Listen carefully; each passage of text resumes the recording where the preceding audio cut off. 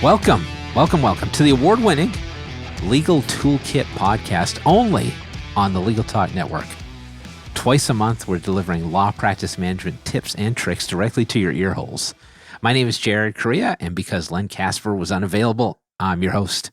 I'm the CEO of Red Cave Law Firm Consulting, a business management consulting service for attorneys. Find us online at www.redcavelegal.com. I'm also the COO of Gideon Software, Inc. We build chatbots so that law firms can convert more leads. You can find out more about Gideon at www.gideon.legal. Before we get rolling, I'd like to take a moment to thank my mom for listening to every episode. I'd also like to thank our sponsors. They're the reason you're listening to the show right now. We would like to thank Alert Communications for sponsoring this podcast. If any law firm is looking for call, intake, or retainer services available 24/7, 365, just call 866-827-5568. Scorpion is the leading provider of marketing solutions for the legal industry. With nearly 20 years of experience serving attorneys, Scorpion can help grow your practice. Learn more at scorpionlegal.com. Abby Connect has delivered premium live receptionist and answering services to lawyers since 2006. You can try them out for free at abbyconnect.com. TimeSolve is the #1 web-based time and billing software for lawyers. Providing solutions since 1999, TimeSolve provides the most comprehensive billing features for law firms big and small. www.timesolve.com. 2020 has blown goats, for sure. Mercifully, though, everyone, it's almost over. But I'm a glass half full kind of guy, and so I try to focus on some of the positive elements of this year, which has been fairly difficult. The way I see it, it's been great for me to get to spend more time with my kids, right? Who wouldn't love that? I wouldn't have been able to do that under different circumstances. My house is tidier than it's ever been, and I don't think I've ever spent any less on gas. What's been really interesting, though, is seeing the way that everyone's purchasing habits have changed since they've been housebound. No one's spending money on travel. Everybody's spending far less in their local communities. I mean, as I drive around my neighborhood or walk around my neighborhood, I've never seen lawns more immaculately groomed than they are now. I've never had more friends engaging in home improvement projects. I think everybody's putting up additions these days because where else are you going to go, right? 2020 is also the year when people are mass purchasing 25-foot skeletons for their front yards for Halloween. And over the summer, you couldn't find any of those little pools, the ones that you can set up and take down because they were all bought out. And now, as the holiday season approaches, it's probably going to be hard to find whatever massive Christmas decorations are going to be popular this year. So if you want that giant Santa's sleigh for your roof, buy now. Speaking of the holidays, it's clear that everybody's rushing to put a cap on 2020 as quickly as possible. The day after Thanksgiving, I see people putting up mass amounts of decorations, putting out their Christmas trees. People are ready to move on. One of my neighbors has actually got a diorama of like the National Lampoon's Christmas movie with Chevy Chase in all his electrified glory. Maybe one of the best Christmas installations I've ever seen. And this is all just such a weird, artificial moment in time. I'm just really interested in watching how everything passes because hopefully this will never happen again in our lifetimes. So, being stuck at home, I've got fewer business and personal expenses than ever before. And I, too, sadly, have fallen victim to what I call pandemic purchasing. So my wife hates this, of course. She's pretty frugal, and to be fair, I'm also pretty frugal, usually. But these are, again, the strangest of times. Plus, Google shopping is the worst. It's so easy to buy stuff online. So over the summer, my sainted wife, Jessica, was able to talk me out of buying a $1,000 inflatable water park installation for the front yard of the house, but only just barely. I was very close to purchasing it anyway. But she's been less successful in related endeavors. Since I may have mentioned before on this podcast, I'm a big baseball fan. Love baseball, love old school baseball teams. And I've probably bought 30 new baseball hats, maybe more, since the pandemic lockdowns started. It's really bad. But there's so many cool hats out there. How could you not? Like, how could I live with myself if I didn't have a 1973 Cleveland Indians hat, I ask you? Perish the thought, right? So I even bought one of those hat racks that they have in stores like Dick's Sporting Goods and put it in my mudroom. It is gigantic. It's probably 8 feet tall. Predictably, Jessica hates it. And when I felt like our sports equipment collection, non-hats edition, was out of control, I bought this giant blue bin on wheels that they use in factory floors to like clean stuff up. This thing is just gigantic as well. I could probably fit like all my kids in it, right? So I bought it online, but the company called me before they delivered it because they said, this is a residential address, right? First one of these blue bins they've ever delivered to a residential address in the history of the company. And here it comes rolling up on a pallet in my driveway. All the dads that come through the mudroom, they love the bin. The moms are a little bit skeptical. Now, if you've got young kids, or if you happen to be alive, you're probably familiar with the movie Frozen and also Frozen 2. Not surprisingly, my daughter, who's 5, loves Frozen. So they sell this 3-foot replica of Sven, the reindeer from Frozen. So it doesn't do much, just stands there. You can move the head up and down. It makes reindeer noises, and you put a carrot in its mouth. And that's about all you can do. It's absolutely not worth the price.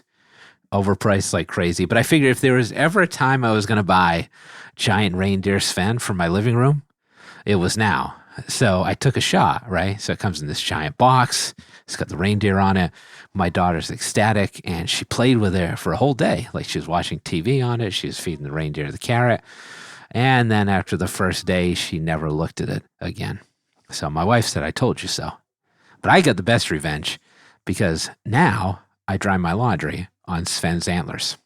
So what kind of crazy shit have you bought during the pandemic? Hit me up on Twitter at Jared Correia or on LinkedIn and let me know. I'm interested. Now, let's take a moment to listen to a word from our sponsors, and we'll be right back. Imagine billing day being the happiest day of the month instead of the day you dread. Nobody went to law school because they love drafting invoices for clients. At TimeSolve, our attorneys save on average over 8 hours a month in billing work. That means more billable time and turning billing day into happy day. Learn more about how to get to your time and billing happy place at timesolve.com. That's www.timesolv.com. Remember, that's timesolv.com. As the largest legal-only call center in the U.S., Alert Communications helps law firms and legal marketing agencies with new client intake. Alert captures and responds to all leads 24/7, 365 as an extension of your firm in both Spanish and English. Alert uses proven intake methods, customizing responses as needed, which earns the trust of clients and improves client retention. To find out how Alert can help your law office, call 866-827-5568 or visit alertcommunications.com/LTN. All right, let's get back to it. It's time to put the Nutella in the middle of this sandwich. Let's interview our guest. My guest today, longtime friend of mine, lawyer, author of the Law Sites blog, the famous Law Next podcast, and doer of many other things, Bob Ambrogi. Bob, how are you? Jared, I've been called many things, but never the Nutella in the middle of a sandwich. So I guess this is quite an honor. Nutella's big in my house, so consider it an honor. Thanks for coming on. Yeah, thanks. How you doing? Your old stomping grounds. Neighbor of mine. Yes. We live very close to each other. I'll get to that. But before I do, I want people to know, like, if they don't know you, which probably like that's 6 people who are listening, right?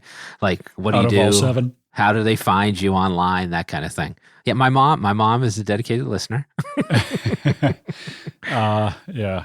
So I am here in Massachusetts, and yes. I mean, most people know me because I've been writing about legal technology and innovation in law for a very long time now. I write a blog called Law Sites, which is at lawsitesblog.com. And I do a podcast called Law Next, which is at lawnext.com. And I also write a weekly tech column for Above the Law. Right. It's great that all your stuff agrees with your URLs, right? That's perfect happenstance. Absolutely. So check out Bob's stuff if you haven't already. And I think Law Sites, was it your 18th, 20th anniversary that you just celebrated recently? I just had my 18th anniversary of writing that blog, yeah. That's amazing. Law Sites is now able to drink, everyone. Well, that's what I said, In like 1970. finally my blog is able to vote. I was going to send it down to Georgia right away. Well, thanks for coming on. I know you're a busy guy. And so I just want to talk to you about a few things. First is Massachusetts, as you mentioned before. We're neighbors, which I think a lot of people don't know. I think people probably think like, how could two brilliant legal minds live so close together without opening a wormhole? But it's true. So let's talk about Massachusetts. Like, I don't talk about this a lot on the show, but like, I actually love living in the North Shore of Massachusetts. Really cool place to live, really quiet, really convenient. Do you feel the same way? I'm hoping you do, because you've been here for a while, but you've lived other places as well. I have lived other places, including the Caribbean for a while, where I used to practice law when I was younger. I live in a little town called Rockport, which is a really sort of scenic, picturesque little Norman Rockwell-ish lobstering art colony kind of town. And it's great in the summer. The winters, I'm not so thrilled with. Well, it gets cold, and you're by the water too. Well, I guess we're like all by the water where we are. Yeah. So for people who don't know, like there's like Cape Cod, which is like the arm of Massachusetts, and then at the top there's like this little bump, and that's the North Shore. Cape Ann, the other Cape. Ann, right? Yeah, exactly. Nobody knows about. The Cape nobody knows about, but we have great beaches too. But it does get windy and cold in the winter, for sure. It does. It does. We've been my wife and I have been fantasizing about warmer places and maybe even moving to a warmer place. But oh man, well, I guess we're not seeing each other now anyway, right? So what would be the difference if you lived in Hawaii or something? Right. I also want to talk to you a little about your career, right? Like I think a lot of people would consider you. I'm one of those people, kind of like the journalist of record for legal technology. I hope that doesn't embarrass you, but you got a lot of fans out there. But that's not a job you apply for, right? To become like the poet laureate of legal technology. So how did you get to where you are? I know you have a background in law, you have a background in journalism, you still practice law. Like, how did you find this niche for yourself?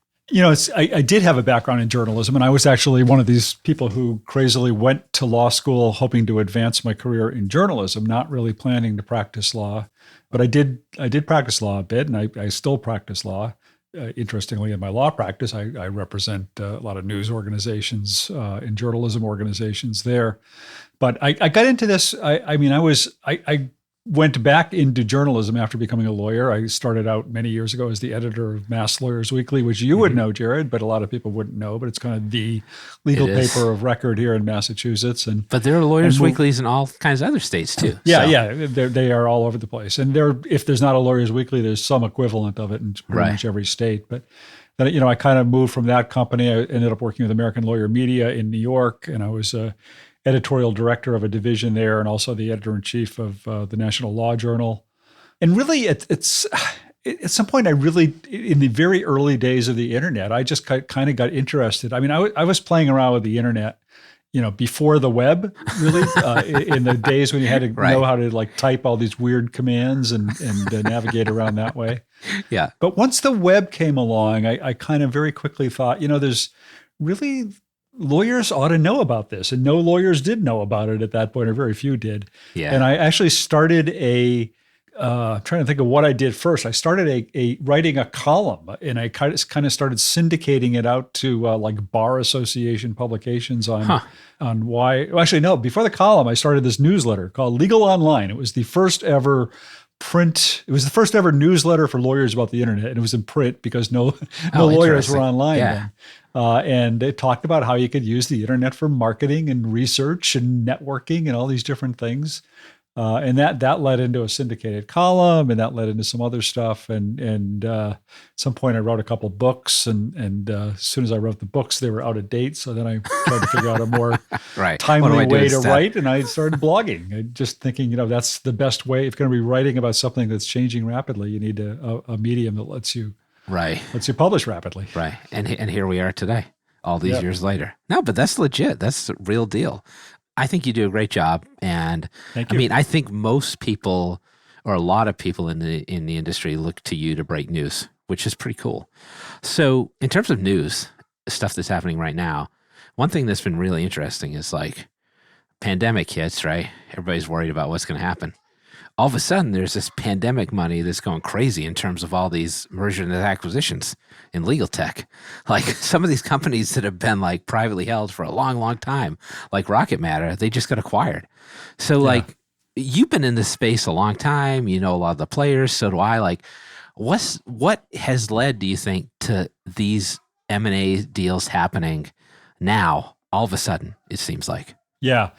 I'm not sure I agree that it's all of a sudden, but it's certainly accelerated this year. I mean, I think really what's been happening is we've been seeing steady momentum over the last few years of an increased investment in legal tech. It was true, I don't know, not all that many years ago that the big money investors, venture capitalists, private equity investors steered clear of legal tech. They didn't see the return in it.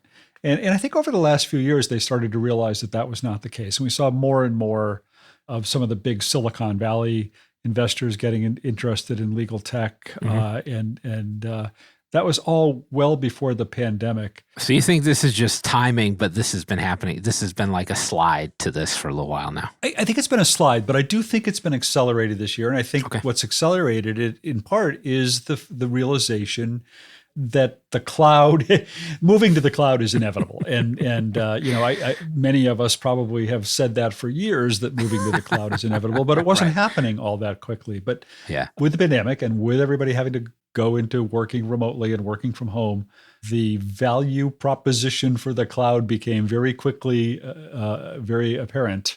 And I think that in part is what explains some of the big investments we've seen. I mean, just in the practice management space, which has been kind of a, I don't know, slow moving space. And slow moving isn't the right word, because there's been a lot that's been happening in that space over the years. There's just so many players, including Clio getting a major, Clio, what was that last year? Was it last year or 2 years ago? I think it was, it might've been last year. They got the 250 million. Yeah. Yeah. But this year, we saw the, as you say, Rocket Matter, the ASG Legal Tech has been acquiring a number of companies, Practice Panther and Maris Case and Bill for Time. Oh, and they also acquired Headnote. Right. And I think that's the other sort of common theme here. Oh, and then My Case, of course, got sold.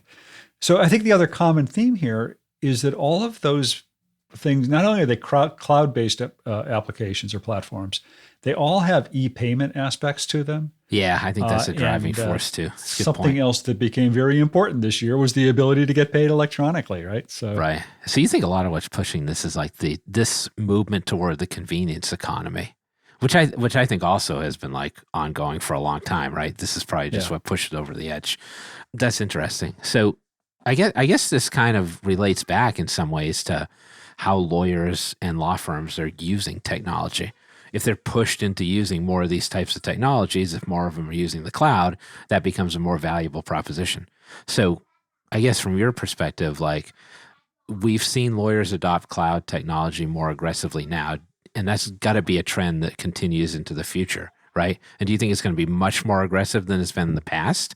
Oh, yeah. I mean, I don't think there's any going back at this point. I think that, part of it is I don't think we're ever going back to the brick and mortar law office in the way it once looked. I mean, I don't mean to say that lawyers aren't going back to their physical offices. I think they will, but I think very clearly now that we've discovered that remote working not only can be done, but can be done quite successfully, and that people can in fact be quite productive and get a lot of things done and still have maybe a little better work-life balance. Yeah. I don't think there's any going back. And if we're not ever going back to a traditional bricks and mortar environment for law firms, then that means the cloud. I mean, that's the only way to do it. Yeah, so you think that's going to be true of big law firms too, huh? I know a lot of those firms are still holding on to their leases. I mean, my wife's firm still has a big office space in Boston, and they don't seem to be moving off of that. So it'll be interesting to see what happens. Well, do they have any choice but to hold on to those leases? I mean, a lot of those have long-term a lot of those leases are long-term. Yeah, right. I think over the next 5 years, or some of these leases start to run their course, we're going to see a radically different reshaping of the physical footprint for law firms. Going to be a lot of people moving to Rockport. People moving around. I hope not. So let's talk about the other side of this coin. One side of it is you grow a nice, successful business. You hopefully have an exit, get bought out by somebody. That's a good deal. But what about legal tech startups? Like, I know you keep track of legal tech startups. You keep track of the funding that's coming into legal tech startups. What kind of trends are you seeing there? This is, again, a curve that started well before the pandemic in terms of the rise of the numbers of legal tech startups. But there has been a surprising increase in the level of activity, I think, around legal tech startups this year. Mm-hmm. It's not just funding based. A lot of these are just still, people funding these out of their own pockets or just trying to get started. Bootstrap, yeah. And you could probably tell me more about the legal tech startup space since you're in it. But I don't know about that. But I haven't been quite sure how to explain it, except I think one explanation for why there's been so much activity this year is that people have more time on their hands. And honestly, I mean, you're like, you can't go anywhere, so you're going to sit home and code, right? Right. No, but I think that some of these startups that had been, spending some of their time, and these are not super early stage startups, but some of the legal tech companies out there that have been spending a good part of their years in the past going around to bar associations and trade shows and whatever and trying to make a name for themselves haven't been going anywhere. And so they've really had time to sit down and work on refining and building out their products and getting to some of the wish list items that they've had on their blueprints for a while. Yeah. I think that's even happening with some of the larger companies. There's just been a real surge in new product development this year and in product refinement this year. And I think that's true. That's a really interesting take. So if you're not doing the conferences, if you're not spending as much time on marketing and branding, what else are you going to do? You're going to work on the products. Yeah, that makes a ton of sense. All right, I know you have a lot of obligations, sir, and I'm not going to keep you for much longer. However, I wanted to thank you. I want to thank you for being on the show today. Thank you for having me. That was the Bob Ambrogi, everybody. This is not every day at the Legal Talk Network that we get to talk to Bob. So just one more time, if people want to read your stuff, find you online, what's the best way to do that? Probably my blog, lawsitesblog.com, or I'm on Twitter at Bob Ambrogi. Always good stuff. Thank you, Bob. I really appreciate it. Thank you, sir. As soon as this pandemic is over, we'll have drinks or coffee or something. We'll see each other in person. We'll drink from our legal tech vendor-related swag mugs. It'll be a good day. When are we going to do the swag show? We're going to do that soon. That'll be the update, the swag show. Stay tuned. A few months from now, we're going to do the swag show. So we'll take one final sponsor break so you can hear more about what our sponsors can do for your law practice. Then stay tuned for the Rump Roast. It's even more supple than the roast beast. Now more than ever, an effective marketing strategy is one of the most important things your law firm can have, and Scorpion can help. With nearly 20 years of experience serving the legal industry, Scorpion has proven methods to help you get the high-value cases you deserve. Join thousands of attorneys across the country who have turned to Scorpion for effective marketing and technology solutions. For a better way to grow your practice, visit scorpionlegal.com. Your legal work requires your full attention. So how can you build lasting relationships with new or existing clients while juggling your caseload? Try Abby Connect, the friendly, highly trained, and motivated live receptionists who are well known for providing consistent quality customer service and support to law firms just like yours. Every connection matters. So call Abby Connect today at 833-ABBY-WOW to get started with your free 14-day trial and $95 off your first bill. Welcome, everyone, to the rear end of the legal toolkit, the Rump Roast. It's a grab bag of short-form topics of my choice. Today, we're going to bring in a brand new guest for this segment. We have with us William Crawford Appleby IV, like the third Duke of Edinburgh, right? Like what kind of royal status do you have? It's exactly like that, except without the status. That is an impressive name, my friend. And you go by Crawford, right? I do. Thanks. You picked the coolest of the names to go by. Well played. So I need to ask you, how'd you get on the show today? I got on the show by answering your trivia questions from the last episode. Right. Correctly. Yes, correctly.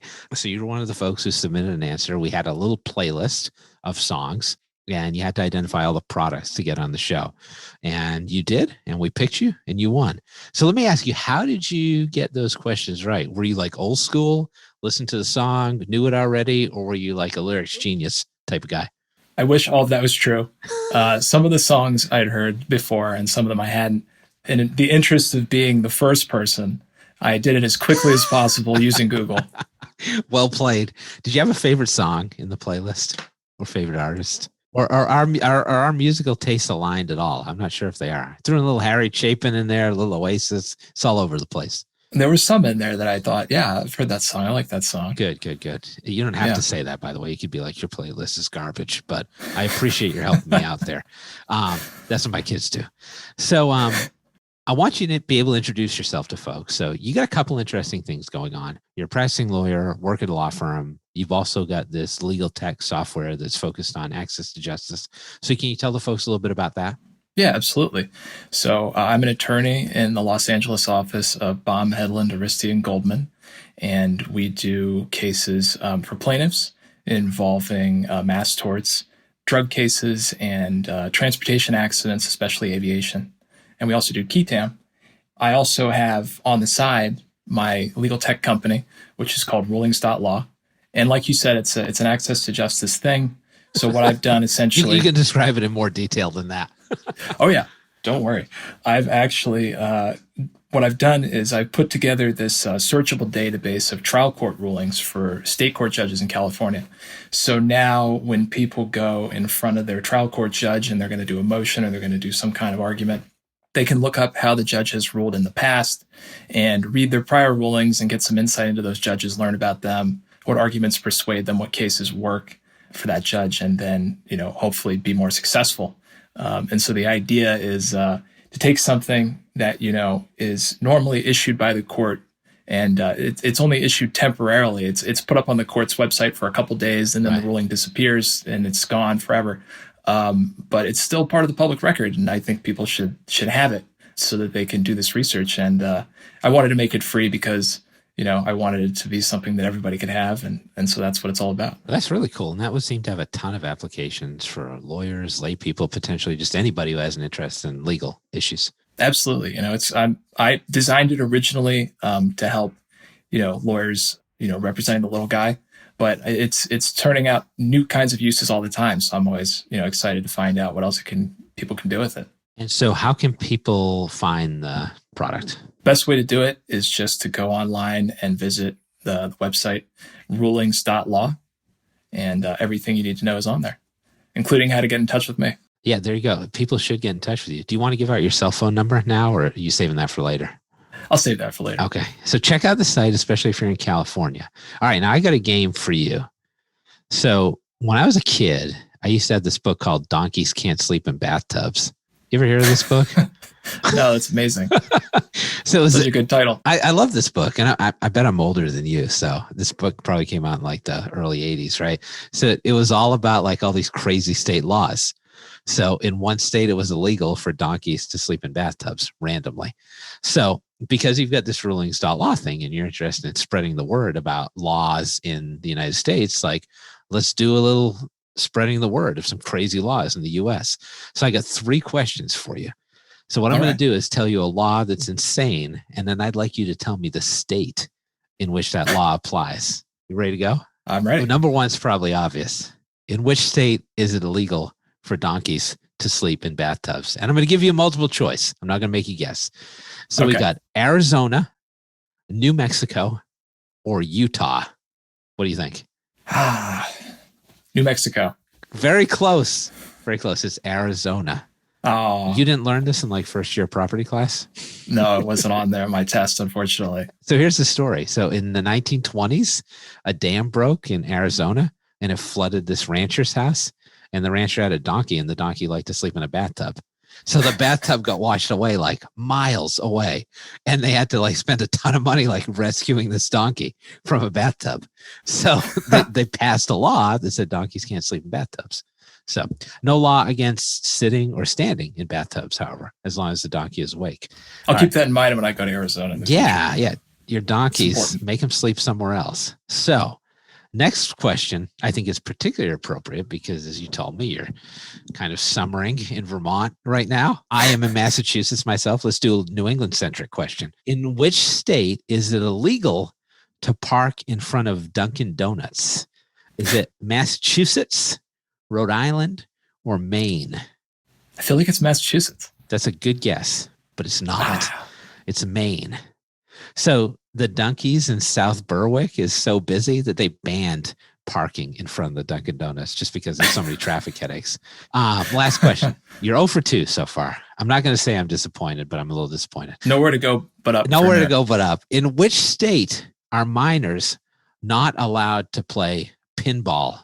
Pinball, the gateway to all kinds of illegal activity. Is it A, Washington, B, South Carolina, or C, Nebraska? Nebraska. Oh, I'm sorry. We're 0 for 3. It's South Carolina. I actually don't even have a story as to why that's the case. I don't get it. All right, that's the quiz. You performed poorly. No, you're fine. I did. That was a tough get. Lots of tough questions there. But let's turn this around a little bit. I'm going to do another. Before we do, I wanted to mention. Yes. I don't know if you're aware of another law that fits right in with your quiz. Hit me. It's bonus law. 2 laws actually. Yes. Yeah, bonus law. That the federal penal code says that it is illegal for you to impersonate Smokey the Bear or Woodsy the Owl. Not joking. You can look it up. I'm so screwed for Halloween next year. All right, let's turn this around a little bit. Like, tell me, who's your favorite musical artist? I'm going to include that person on our next playlist, just for you. Favorite musical artist? Yeah. Oh gosh, this is really random. Yeah. But I really like the Blues Brothers. The Blues Brothers, like John Belushi and Dan Aykroyd from the movie. Yeah, just doing covers. Yeah. Oh, I was not expecting that. All right. That was a curveball. I made the promise. I'm going to make this happen. Well, we're almost out of time. So thank you, Crawford, for playing. You were fantastic. I'm glad you won our little contest. One more time, can you tell people about who you are and how to find you? Yeah, absolutely. Anybody who wants to reach out, I'm an attorney at Baum Hedlund Aristei and Goldman in Los Angeles, and my legal tech company is rulings.law. All right. Thanks, Crawford. You were amazing. Check out rulings.law, everybody. Not bad at all. I'm giving you a silent round of applause right now. Thanks, Jared. But that will do it, sadly, for another episode of the Legal Toolkit podcast, where we just bought a zoning. Uh-oh.